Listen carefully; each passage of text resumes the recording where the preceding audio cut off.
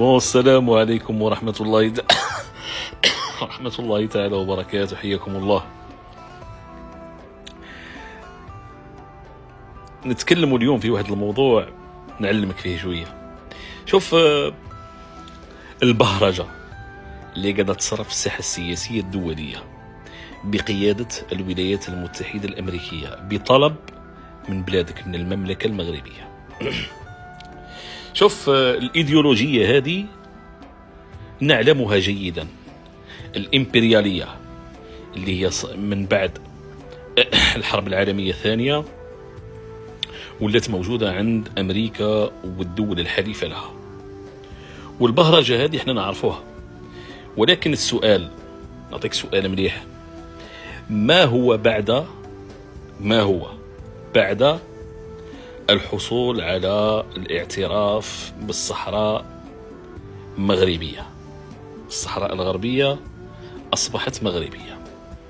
نفترض السيناريو الثاني أنه تمت الموافقة وعطاو لكم الصحراء الغربية ولات صحراء مغربية. وش راح يصرى؟ وش هي العواقب اللي راح تصرى في المملكة المغربية؟ شوف، الإمبريالية هذه للدول الغربية بقيادة أمريكا علمتنا الحياة، علمتنا وشفنا بزاف أمثلة في الدنيا هذه. يعني من فنزويلا، من أمريكا اللاتينية، وجبد حتى لأقصى الشرق.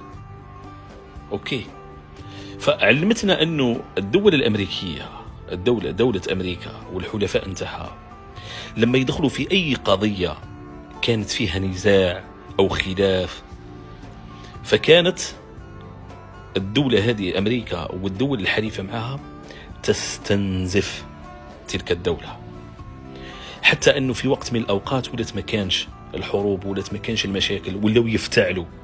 داروا هذا الربيع العربي والوردي، يعني كل منطقة فيها نزاع تدخل أمريكا والحلفاء نتاعها. لماذا؟ باه يسيطروا على المنطقة، باه يأكلوا خيرات تلك الدولة وهي رايحة.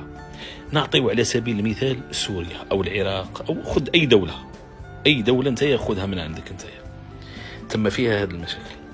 يعني مثلا على سوريا، هل تركيا قدرت تطلع من سوريا؟ ما قدرتش. روسيا قدرت تطلع من سوريا؟ ما قدرتش. أمريكا قدرت تطلع من سوريا؟ ما قدرتش. الكيان قدر يطلع من سوريا؟ ما طلعش. ولات دولة فيها 1000 دولة. الاستقرار لن يكون في تلك الدولة، مستحيل. تطلع لك أصوات، تطلع لك معارضين، يطلع لك. فالمشكل المشكل ماهيش في الاعتراف بمغربية الصحراء، ولكن ما بعد الاعتراف وجد روحك راح تولي كاينه قواعد اجنبيه تم على الاراضي، مش قاعده، مش زوج، مش ثلاثه، مش ربعه. راح تولي فيها استثمارات. يعني هي مش استثمارات، هي مسمى استثمار، ولكن هي استنزاف. اوكي، والدوله هذه اذا كان جات ودارت قاعده حطت موطئ قدم في الارض نتاعك، مستحيل، ما كانش عقد. انت عاده لما درك دوله مستقله تجي دير عقد مثلا مع امريكا، تجي تعمل قاعده عسكريه في بلادك، دير معها عقد انت على 30 سنه، على 50 سنه، على 40 سنه. ولكن في حاله نزاع ما كانش عقد، حطت رجليها تما ولات تاعها، تولي كي قاعده العديد ولات تاعك، ولات تاعها تاع امريكا.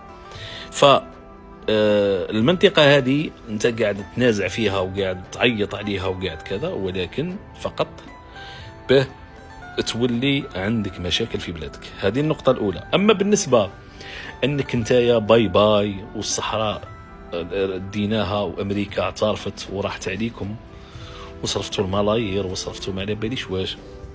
شوف، نقول لك واحد الحاجة، انت في زيك ما قراوكش على من هي الدبلوماسية الجزائرية. عبالك الدبلوماسية الجزائرية، خلينا نعرف شوية الشباب الجزائري، الشباب الجيل الجديد هذا مازال ما يعرفش. شوف، الدبلوماسية الجزائرية تقدر تسجل لك هدف في الدقيقة 90. هو حط الزفارة في فمه الحكم وهي تسجل لك هدف.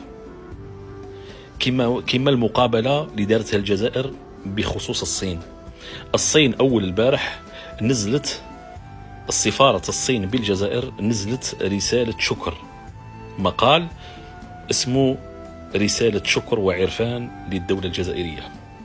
شوف ثمر فيهم الخير لشينوا، الصينيين ثمر فيهم الخير. شوف الجزائر قلت لك تقدر في الدقيقة في الثانية الأخيرة تقدر تسجل لك الهدف كما صارت مع الصين.